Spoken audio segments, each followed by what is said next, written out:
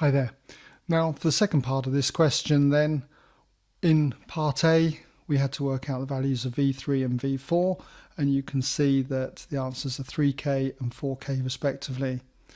And then for the last part we had to work out the value of k, given that the sum of the first 5 terms in the sequence was 165.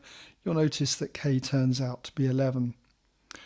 So as usual, I'll just run through this in case there were any problems.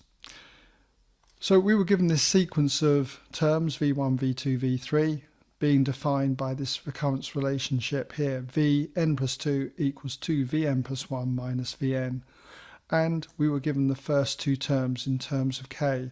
v1 was equal to k and v2 was equal to 2k. So to get the third term, v3, all we do is let n equal 1. So that gives us v3 equals 2v2 minus v1, okay? And then just fill in the values that we've got up here for v1 and v2, and we get 2 lots of 2k minus k, so in other words 4k minus k, which is 3k. Similarly, when it comes to working out the fourth term, v4, I just set n equal to 2 in here. And that gives us v4 equals 2 lots of v3 minus v2. Filling in the value for v3, which was 3k, and v2, which was 2k, gives us 6k minus 2k, which is 4k. All right?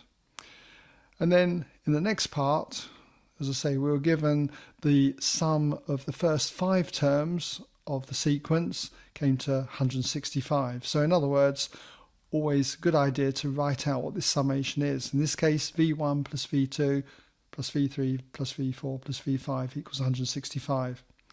We've already worked out what v1, v2, v3 and v4 are. We just need to work out v5. And so to get v5, you can see I've done it over here by setting n equal to 3 in here. Gives us v5 equals 2v4 minus v3. So we got 2 lots of v4, which we worked out as 4k, minus v3, which was 3k, so you end up with 8k minus 3k, which is 5k. Substitute all those values into here, and you get this line. Simplify it, you get 15k equals 165. Divide both sides by 15, and k turns out to be 11. All right?